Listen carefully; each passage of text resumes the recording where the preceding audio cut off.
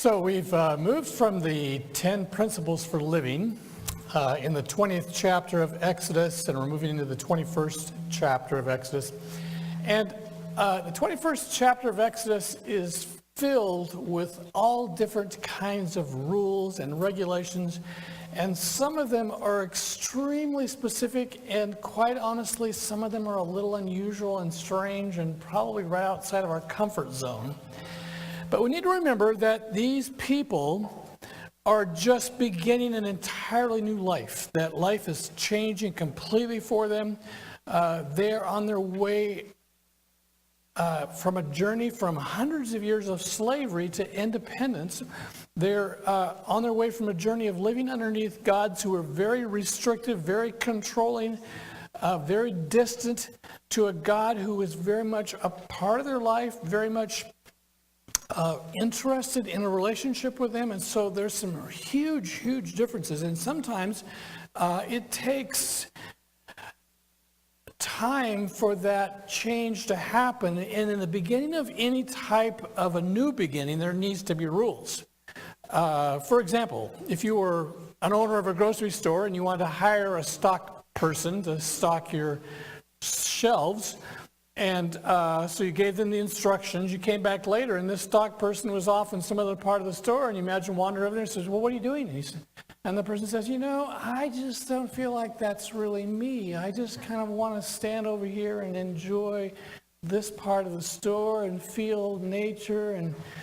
But you see, in a job, there needs to be rules. I mean, you have to show up work somewhat close to being on time. You take only a certain number of breaks, and you have to do what you're hired for. The same is true in a relationship. If you enter into a friendship, right away you start figuring out what are going to be the boundaries of this relationship. What sorts of things are we going to do? What sorts of things can we enjoy? What sorts of things we do not want to talk about because they stir up all kinds of skeletons that I don't want to see in their closet. And so there are often times when you start something new, you have to have rules and regulations. That's true of parenting, and you see that as a small child. There's at the beginning, there's really tight rules, and as they grow older, some of those rules become a little bit more elastic. And sometimes they become elastic because the child is pushing so hard that they're stretching. And sometimes it's because you just don't really feel like you need to be that controlling anymore. But rules are really important. And it takes quite a bit of time to change. And let me give you an illustration about this, about how we get embedded in the way that we are thinking. And let me ask you a simple question. What was it that Jesus did occupationally? Carpenter. Yeah. We have no idea that Jesus was a carpenter. I know I'm just blowing your minds right now.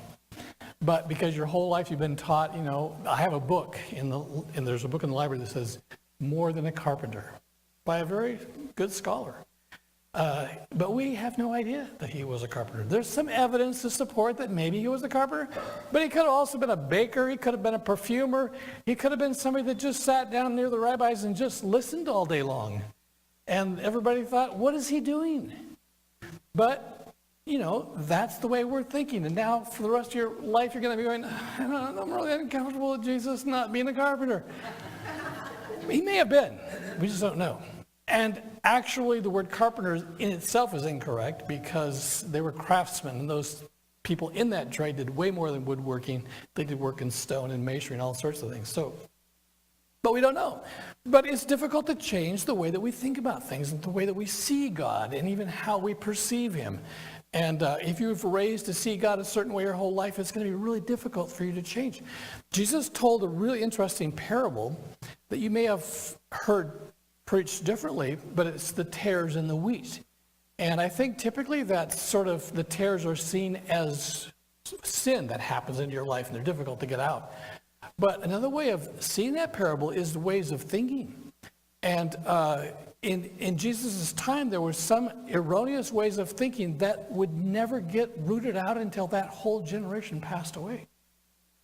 And I don't know about you, but I don't want to be a tare. But there are some people that have a certain way of thinking, and you cannot budge them from that way of thinking. They will think that way their whole life. There are some things that my dad thought about God and about theology and about church that he, till the day he died, was convinced of, no matter how much the evidence pushed the other way. and how much I was challenging some of his thinking, because he just simply could not allow his mind to change that much. Great story that you all are aware of is the story of Fiddler on the Roof. And Tevye has 3 daughters, and the first daughter pushes him a little way, and the next daughter pushes him a little bit more, and the third daughter starting to push him. He goes, I can't be pushed that far. I'll break.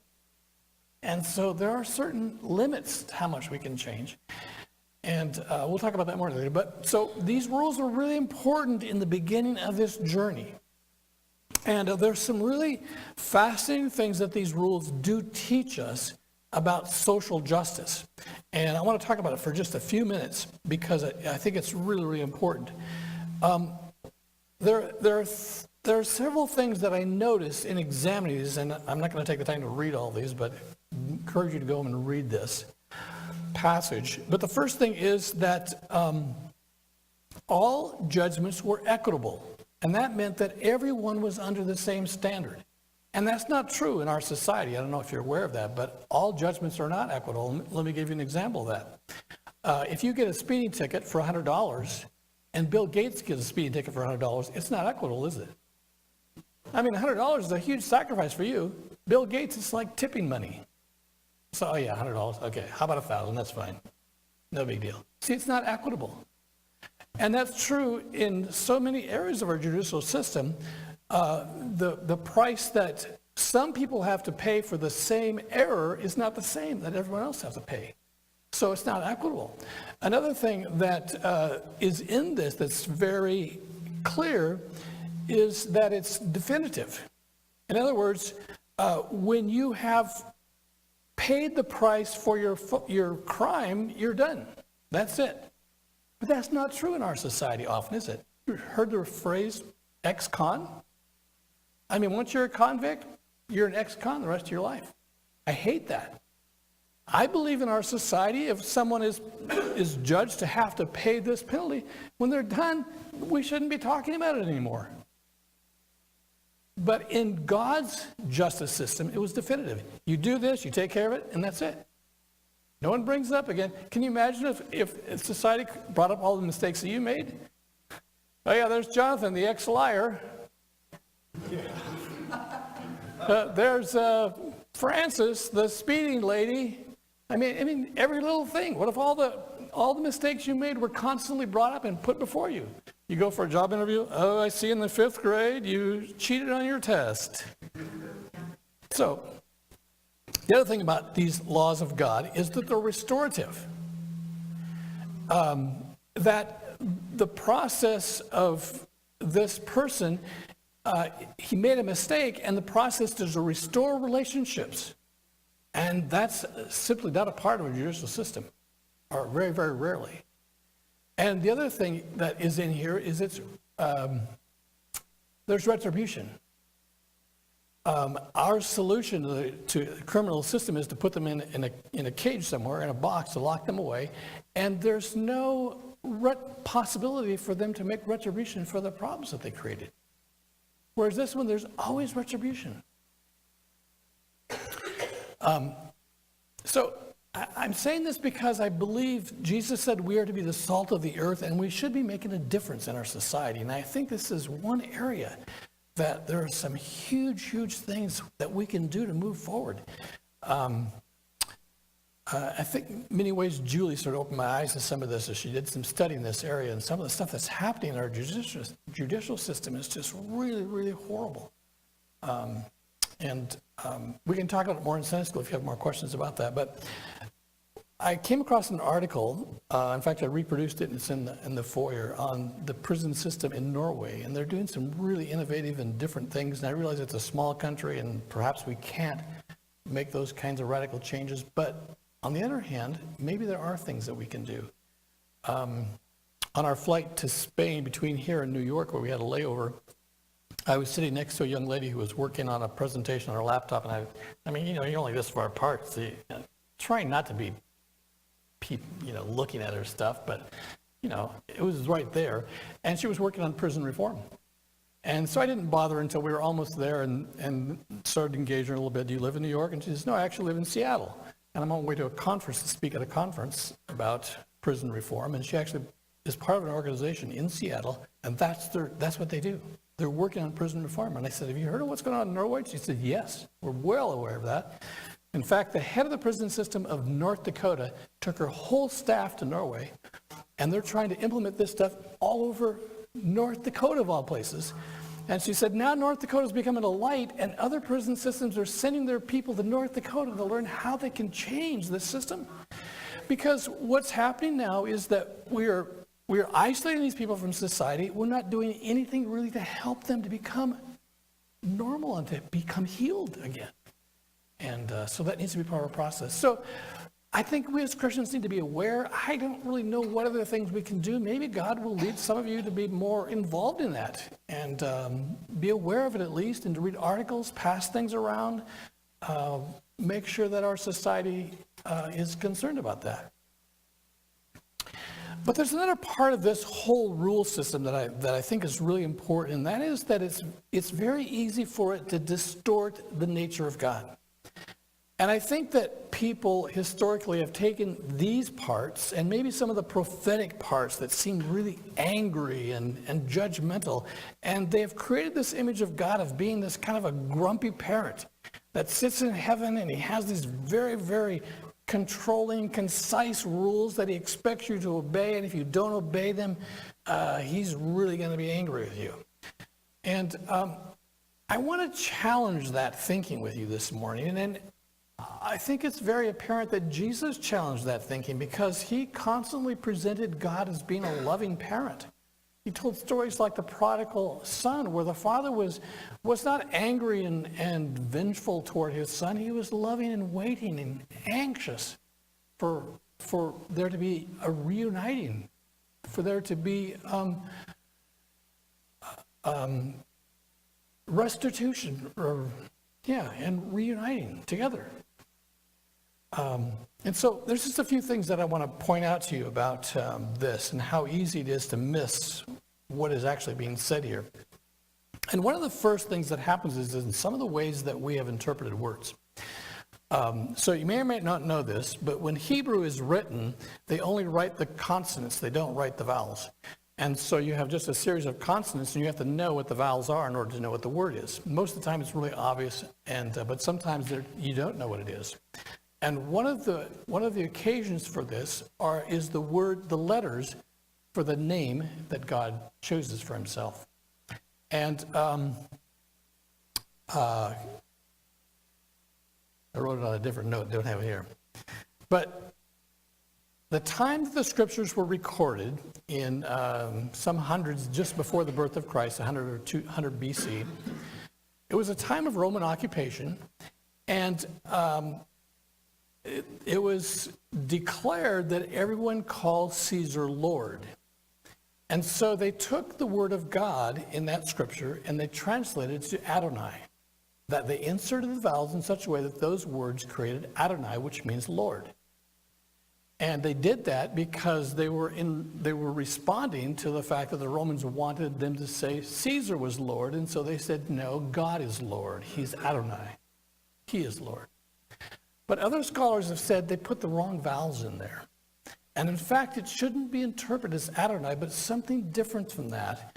And the closest word that you have to what they believe, and what I believe also is there, is the same word that talks about the Spirit of God flowing over creation in the creation poem. It's the living breath. It's the essence of life. It is the movement of all things. And so rather than it being God being a Lord who is requiring us to bow our knee and to be obedient, he is the living embodiment of all that exists. He is that force which moves through creation and calls all creation into existence. So you see, just by changing the definition of some of those things, you have a totally different picture of who God is. There's another word that's interesting. And it's the word that we would translate as obey. And that's another word that scholars are challenging, and they're saying that actually that word does not necessarily require it to be obeyed. There's another way that you can interpret that by changing the vowels. And what it becomes is a word which means to acutely listen or to intensely listen and then respond. And you see how that's different? Because God asks us not simply to obey, but he asks us to pay close attention to what I'm saying and then make a response. And you have the choice to make the response. You can choose to either listen to what God is saying and to respond to him, or you can choose not to. That's what's implicit in this word that we have, or the early scholars said was obey, and now they're challenging that. And that gives us a different idea of who the person and character of God is. Is he a domineering, authoritative figure that stands up there and insists that we obey him? Or is he a God that's involved, that wants to bring life into us and said, listen carefully what I'm about to tell you. And then I encourage you, you need to respond. You can't just listen. You're going to need to respond to this. And so make a response. The last thing that I think is important is the whole nature, our whole nature in responding to rules. One time, we were on a family trip down in southern Utah, and we decided to take a shortcut over some mountains.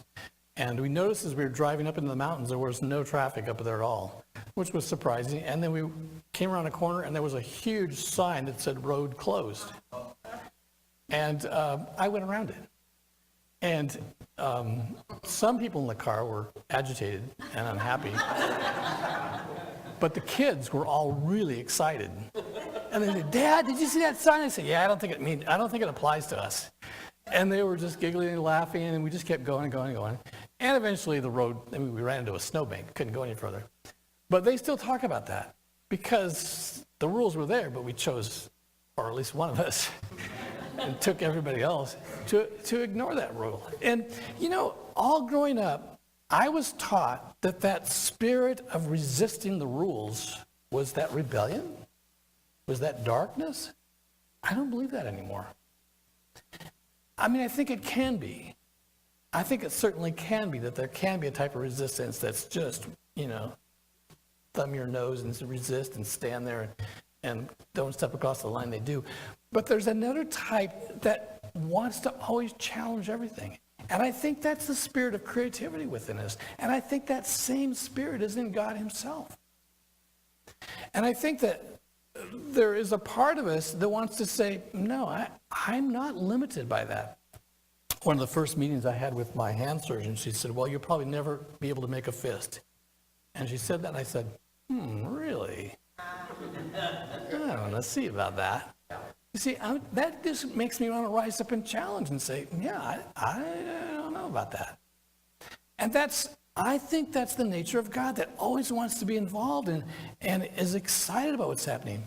And let me just say also that this is controversial, I understand. The idea that God is outside of time, that he's standing back here just sitting there watching that it has all happened, to me, contradicts that part of God. Because I see God as someone who is involved in every moment of creation, that he's there with us, that he's watching the happening, that he's experiencing it with that same attitude of, wow, let's see what happens here. Yeah, this is not exactly the rules of nature that you made. Yeah, let's just change it a little bit here. We'll have Moses open the water. Won't that be cool? And so I see that in the character of God. And so I think it is possible, and I think what has been communicated through the history of the church is that God is stern and angry, and he's mad at us, and he just wants us to either straighten up or he's going to judge us. Or you also have this picture of God that's excited and loving and kind, and he is grieving about some of the choices we make, but he's also really excited about some of the other choices we make. He's really excited when we come to that place where he says, listen carefully, and you make a choice. And we listen carefully and we say, yeah, I want to make this choice. And he goes, yeah, that's my child. That's my son. That's my daughter. Way to go. That's so cool. I can't wait to see what happens down this path that you chose. And other times we make the wrong choice and we literally nearly cut off our hand. And he goes, yeah, it probably was not the right choice. But we'll see where this goes too. I'll be with you in this. You probably weren't listening to me when I said, don't do that, don't do that. But it's okay. We'll see where it goes from here. And so you have a totally different picture of the nature of God.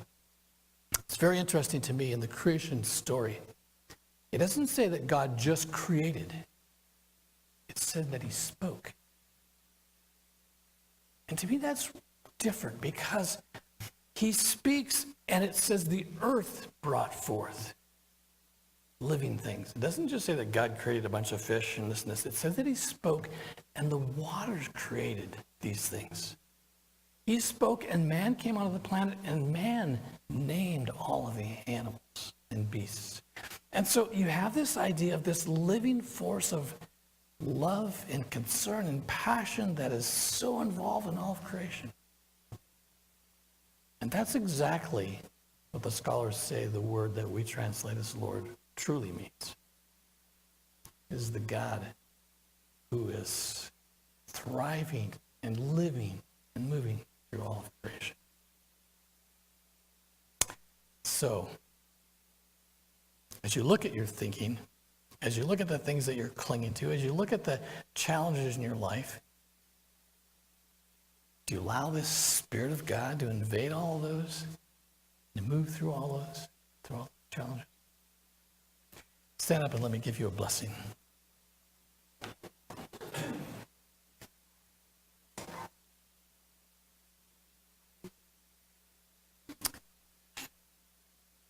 May God give you ears to hear his message of life to you this week and the courage to share that message with someone else. Amen.